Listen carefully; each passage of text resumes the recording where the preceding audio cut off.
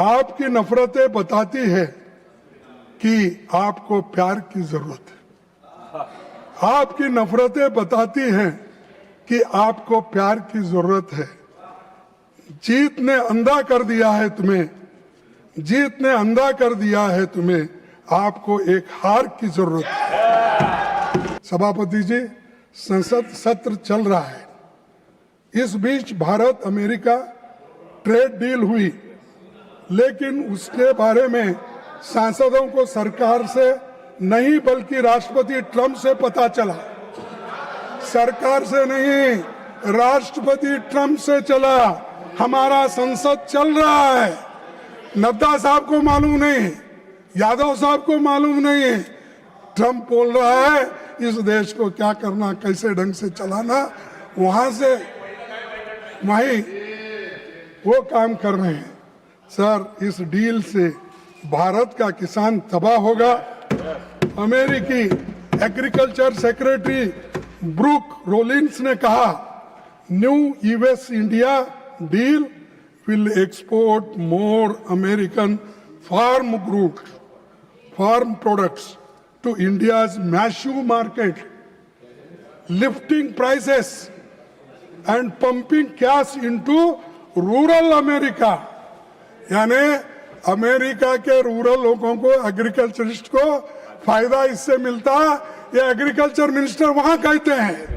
अरे तुम हमारे एग्रीकल्चरिस्ट को, हमारे फार्मर्स को यहां से कुचल दे रहे हैं, उनको खत्म करना चाहते हैं।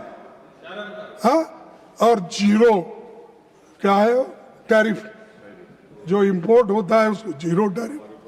और हम जो कुछ बेचते 18 है, 18 तो किए हैं, अभी आया नहीं 25 से 18।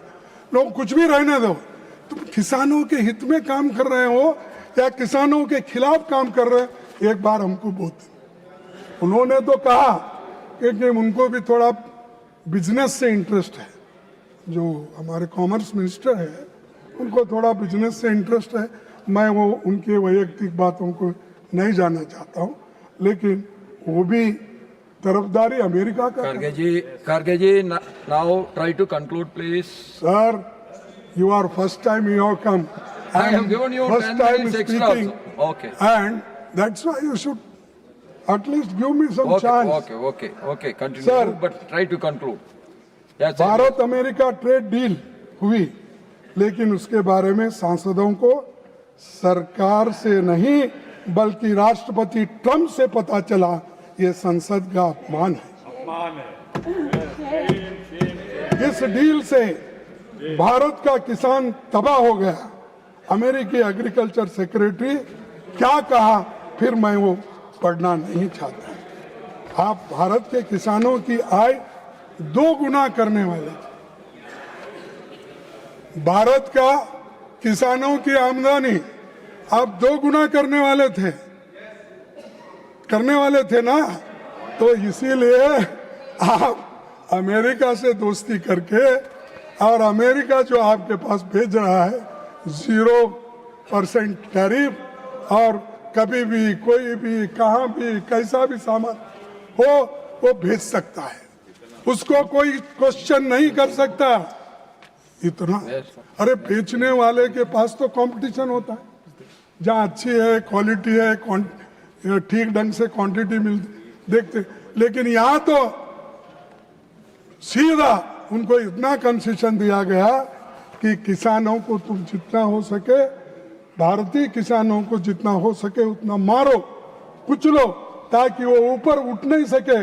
और हमारा माल हर जगह कन्याकुमारी से कश्मीर तक चले और वेस्ट बंगाल से राजस्थान तक चले, और इसमें किसान तबाह हो रहा है, तंग हो रहा है।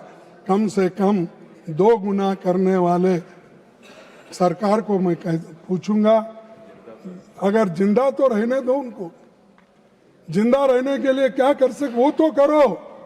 आपके हाथ से 2 गुना करने का नहीं होता, लेकिन जहाँ है वहीं तो उनको रखो। मामूली आमदनी वाले भारतीय किसान हेवीली सब्सिडाइज्ड अमेरिकी कृषि उत्पादनों का कैसा मुकाबला करेंगे। आपने 11 साल में हमारे किसानों को कमजोर ही किया है। सभापति जी, भारत के एक कृषि प्रधान देश है, सबसे बड़ी आबादी खेती पर निर्भर है। आपको हमारे कृषि उत्पादनों पर सोचना था, पर आप किसी और तरह आप राह पे चल रहे हैं। यदि कृषि आयात बढ़े तो भारत की एमएसपी प्रणाली पर दबाव पड़ेगा।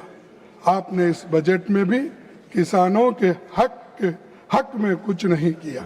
आपने बिना तैयारी के करोड़ों भारतीय किसानों को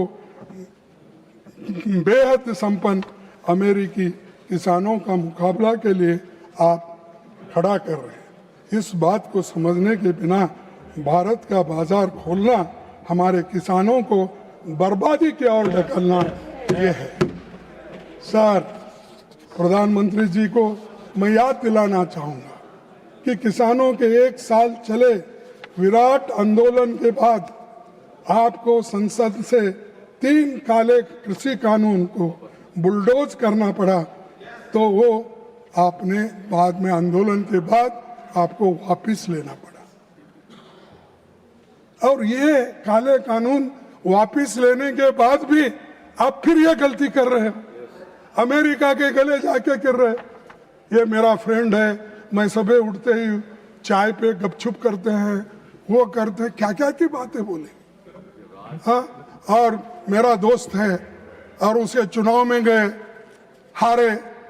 हाँ, तो ये सब होने के बावजूद भी एक बार फिर से किसान आंदोलन उठेगा और वो लोग जब रास्ते पे उतरेंगे तो आप कहीं के नहीं रहेंगे। आपको जैसा वो वापस लिए, ये सब चीजें आपको वापस लेना पड़ेगा।